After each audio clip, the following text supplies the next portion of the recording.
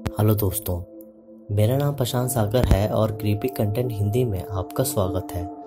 The visit 2015 में आई एक American horror movie है और इसको डायरेक्ट किया है एम नाइट श्यामलन ने। IMDb पर इसको मिला है 6.2 आउट ऑफ 10 और 82% गूगल यूजर्स ने इसे पसंद भी किया है।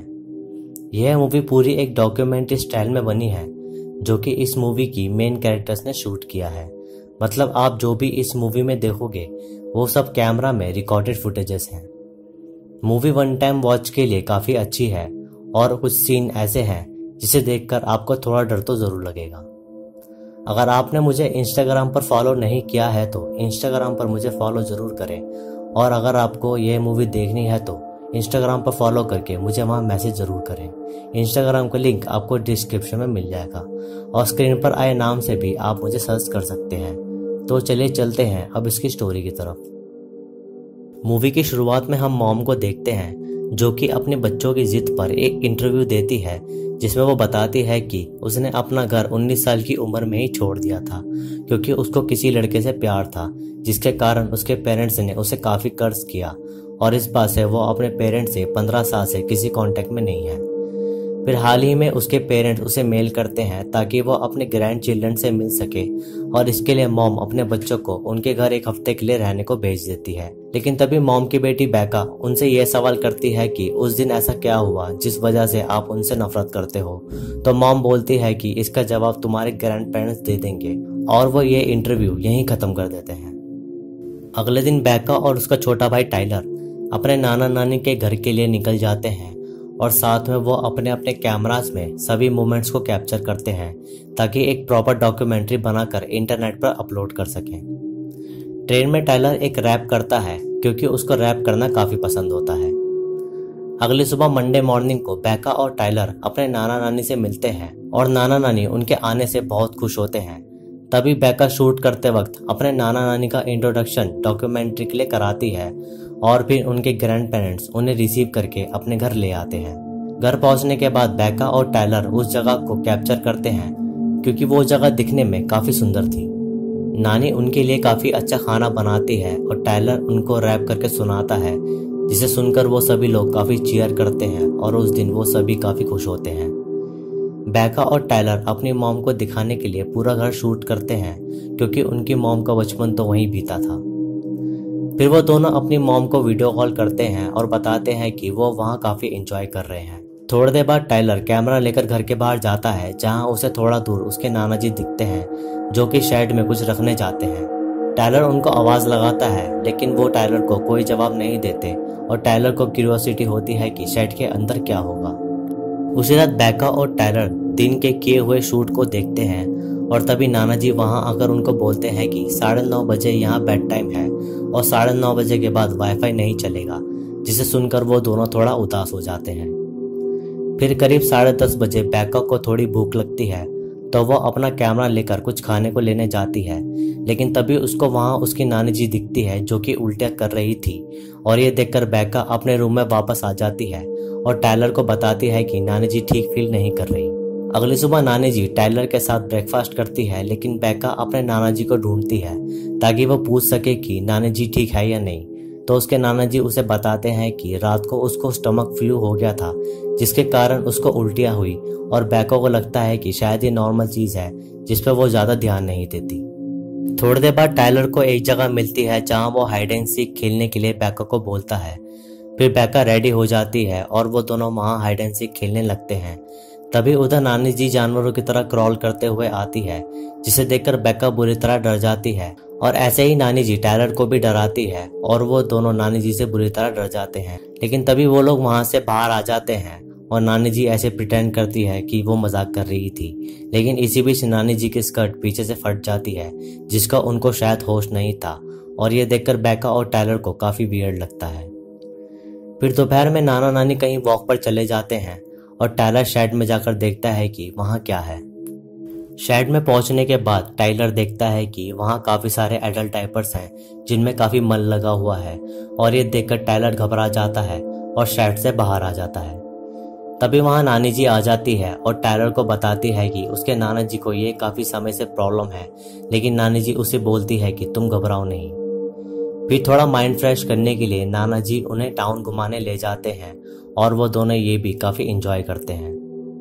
इसी बीच नाना जी को लगता है कि कोई उनको फॉलो कर रहा है और इस बात से नाना जी गुस्से में उस बंदे को मारने लगते हैं और बेका उन्हें रोकने की कोशिश करती है और फिर वो सभी अपने घर वापस आ जाते हैं। फिर वो दोनों अपनी मॉम को ये सब बताते हैं तो उनकी मॉम कहती है कि वो बूढ़े लोग हैं तो उनको ऐसी कंफ्यूजन होना आम बात है। उसी रात करीब 10:45 के अराउंड बेका और टायलर को कुछ खरोचने की आवाज़ सुनाई देती है और हिम्मत करके टायलर देखने जाता है और वो देखता है कि उसकी नानी बिना कपड़ों के दीवार को खुरच रही है और ये देखकर टायलर काफ़ी डर जाता है। अगली सुबह बेका नाना जी को ढूंढती है और रात के हुए इंसिडेंट के बारे में बताती है। फिर उसके नाना जी उसे बताते हैं कि तुम्हारी नानी को डिमेंशिया है और इस वजह से वो ऐसी हरकत करती है और ये बात कह के नाना जी कॉस्ट्यूम पार्टी के लिए निकल जाते हैं। फिर थोड़ी देर बाद नानी जी बेका को बोलती है कि गलती से उसके लैपटॉप के कैमरा पर कुछ गिर गया है जो कि साफ नहीं हो रहा और इसके लिए नानी जी बेका को सॉरी बोलती है, लेकिन उनको देखकर ऐसा लगता है कि उन्होंने जानबूझकर ये किया है। खैर बेका नानी जी को बोलती है कि कोई बात नहीं, वो उसे साफ कर देगी और नानी जी वहां से चली जाती है।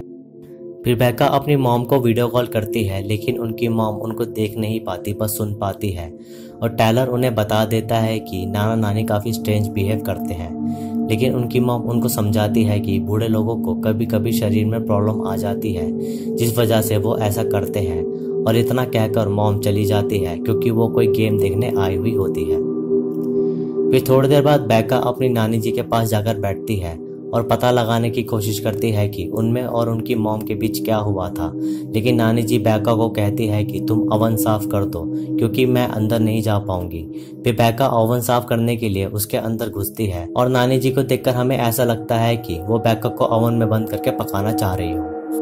फिर ओवन से बाहर आने के बाद बेका नानी जी को रिक्वेस्ट करती है कि वो उनकी डॉक्यूमेंट्री के लिए एक इंटरव्यू दे और इसी इंटरव्यू के बीच में वो पता कर लेगी कि उन सभी के बीच क्या हुआ था। लेकिन ये सवाल सुनते ही नानी जी काफ़ी रोने लगती है और ऐसे प्रिटेंड करती है कि उनको दौरे पड़ रहे हों, लेकिन बेका ये देखकर डर जाती है और नानी जी को बोलती है कि अब से वो आपसे ये सवाल नहीं करेगी। बेका उनसे ये सब इसलिए पूछना चाहती है ताकि वो अपनी मॉम और अपनी मॉम के पेरेंट्स के बीच बनी दीवार को हटा सके।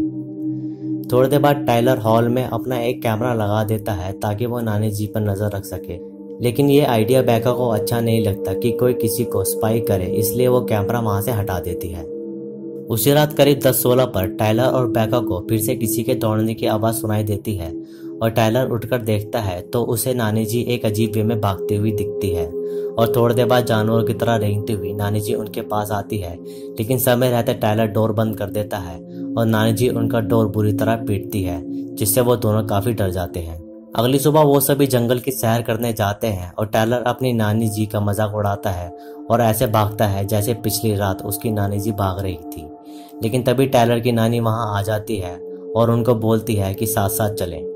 फिर बेका और टायलर एक दूसरे का इंटरव्यू भी लेते हैं जिसमें वो अपने डैड के साथ बिताए हुए समय को याद करते हैं और हमें पता चलता है कि उनके डैड किसी और के लिए उनकी मॉम को छोड़ के गए थे जब बेका और टायलर काफ़ी छोटे थे। फिर थोड़ी देर बाद उनके घर स्टेसी नाम की लड़की आती है जो नाना नानी को एक पुडिंग देने आती है, लेकिन बेका उसे बताती है कि इस समय वो यहाँ नहीं है। फिर थोड़ी देर बाद बेका को उसकी नानी हंसती हुई सुनाई देती है तो उसे लगता है कि वो टीवी देखकर हंस रही है, लेकिन जब बेका उनके पास जाती है तो वो देखती है कि उसकी नानी अपने आप ही बैठी हुई हंस रही होती है और बेका के सवाल करने पर नानी जी खुद के स्कार्फ से अपना दम घोटने लगती है जिससे बेका थोड़ा डर जाती है और नानी जी को संभालती है। फिर बेका नाना जी के पास जाकर उन्हें बताती है कि नानी जी ठीक नहीं है और वो उनको लेकर डॉक्टर के पास चले जाते हैं। इसी बीच बेका और टायलर हॉल में एक कैमरा लगा देते हैं ताकि वो देख पाए कि रात में नानी जी को क्या होता है। उसी रात नाना नानी घर वापस आते हैं और बेका और टायलर दोनों अपनी मॉम से वीडियो चैट करते हैं और वेट करते हैं देर रात होने का ताकि वो देख सके कि नानी जी क्या क्या करती है। फिर कैमरे में हम देखते हैं कि नानी जी घर में यहाँ वहाँ घूम रही है और तभी वो कैमरों को देख लेती है और उसे उठाकर बेका और टायलर के रूम के बाहर चाकू लेकर खड़ी हो जाती है क्योंकि अगर वो रूम के बाहर आए तो वो उन्हें मार सके। लेकिन नानी जी थोड़ी देर बाद कैमरा वहीं रखकर चली जाती है जहां बेका ने वो कैमरा रखा था। अगली सुबह बेका और टायलर रात का फुटेज अपने लैपटॉप में देखते हैं और उनको ये देखकर काफ़ी अजीब लगता है। फिर थोड़ी देर बाद बेका नाना जी का इंटरव्यू लेती है, जिसमें वो पूछती है कि आप अपनी बेटी को यहाँ क्यों नहीं बुला लेते सब चीज़ों को भुलाकर, लेकिन नाना जी इसका कोई जवाब नहीं देते। फिर थोड़ी देर बाद बेका नाना नानी को स्टेसी से लड़ते हुए देखते हैं, जो उन दोनों को पुडिंग देने आई थी, और वो दोनों क्यों लड़ रहे थे ये इस मूवी में नहीं बताया। फिर थोड़ी देर बाद बेका फिर से नानी जी का इंटरव्यू लेती है और एक स्टोरी के जरिए उसे पता लगाने की कोशिश करती है कि उस लड़की के पेरेंट्स ने उसे माफ क्यों नहीं किया, ताकि नानी जी फिर से घबराए नहीं। लेकिन इस बात का नानी जी बेका को कोई जवाब नहीं देती। फिर बेका अपनी मॉम को वीडियो कॉल करती है और बोलती है कि आप आज ही हमें यहाँ से ले जाओ, क्योंकि नाना नानी रात के समय में बहुत अजीब चीजें करते हैं। और फिर टायलर अपनी मॉम को नाना नानी दिखाता है और फिर उनकी मॉम काफी डर जाती है और बेका और टायलर को बताती है कि ये उनके ग्रैंड पेरेंट्स नहीं हैं। ये बात सुन के बेका और टायलर बुरी तरह घबरा जाते हैं और नानी जी उन दोनों को अपनी मॉम से वीडियो कॉल करते हुए देख लेती है। मॉम पुलिस को कॉल लगाने की कोशिश करती है, लेकिन वो उठाते नहीं और मॉम उनको बोलती है कि वो अपना सामान पैक कर ले, वो उन्हें जल्दी लेने आ जाएगी। फिर तभी वहाँ नाना जी आ जाते हैं और एक्साइटेड होकर बोलते हैं कि आज वो बोर्ड गेम खेलेंगे और ऐसे प्रिटेंड करते हैं कि जैसे उन्हें कुछ मालूम ही ना हो। तभी नानी जी बेका और टायलर को किचन साफ करने को बुला लेती है, ताकि वो लोग कहीं भागे ना। बेका किचन साफ करने के बाद टायलर को कहती है कि चलो बाहर के कुछ शॉट्स ले आएं, ताकि वो दोनों चुपचाप वहां से भाग सकें। लेकिन नानी जी बेका को कहती है कि प्लीज ओवन को अंदर घुस के साफ कर दो। तो बेका उसे साफ करने अंदर घुस जाती है और नानी जी ओवन को बंद कर देती है और बाहर से साफ करने लगती है, जिसे देखकर टायलर थोड़ा डर जाता है और बेका अंदर से चिल्लाने लगती है। लेकिन नानी जी ओवन को खोल देती है और बेका बाहर आ जाती है। इसी बीच नाना जी बोर्ड गेम शुरू कर देते हैं और नाना नानी उस गेम को मजे से खेलते हैं। लेकिन बेका और टायलर खुश नहीं थे, क्योंकि वो जानते थे कि ये लोग उनके नाना नानी नहीं हैं। तभी नाना जी का पेट खराब हो जाता है और वह वहां से चले जाते हैं और नानी गेम में खेलते हुए ओवर एक्साइटेड हो जाती है। बेका मौका देखकर बेसमेंट में चली जाती है और वह अपने रियल नाना नानी का फोटो देखती है। तभी उसको वहाँ एक मेंटल हॉस्पिटल की ड्रेस मिलती है और उससे हमें पता चलता है कि ये लोग मेंटल हॉस्पिटल से भागकर आए हैं। और इतना ही नहीं, बेका वहाँ अपने रियल नाना नानी की डेड बॉडीज भी देख लेती है, जिसके कारण वो बुरी तरह डर जाती है। इसी बीच नानी जी फिर से बीमार हो जाती है, क्योंकि समय 9:30 बजे के पार हो चुका था और नानी जी को रात के 9:30 बजे होने के बाद अजीब चीजें करने की बीमारी होती है। तभी नानी जी को रूम में छोड़ आते हैं और उसके बाद वो बेका को बेसमेंट में जाकर पकड़ के ले आते हैं और उसे मारते भी हैं। इसी बीच हम देखते हैं कि टायलर का सर पर चोट लगी हुई है, जिसके कारण वो उठ नहीं पा रहा था। बेका जैसे तैसे नाना जी से बचकर घर के दूसरे कोने में चली जाती है और नाना जी टायलर को अपना गंदा डायपर देने की कोशिश करते हैं, क्योंकि उनको मालूम था कि टायलर डायपर से ऑलरेडी डर चुका है। दूसरी तरफ बेका को नानी जी हॉर्न करने लगती है और अंधेरे में बेका उन्हें ठीक से देख नहीं पा रही थी, और इसी चीज का फायदा उठाकर नानी जी बेका पर बुरी तरह अटैक कर देती है और समय रहते बेका नानी जी को चाकू से स्टैब करके मार देती है।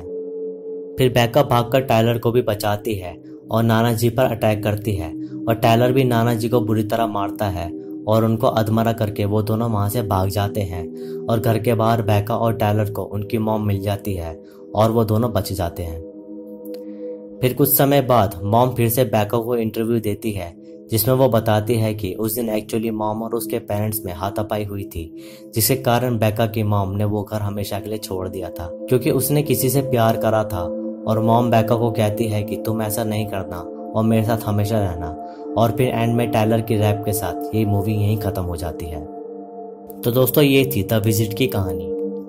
वीडियो अच्छी लगी तो इसे लाइक करें, शेयर करें और कमेंट्स में अपना सुझाव दें। सब्सक्राइब करके बेल आइकन जरूर दबाएं नए वीडियोस की नोटिफिकेशन के लिए। धन्यवाद।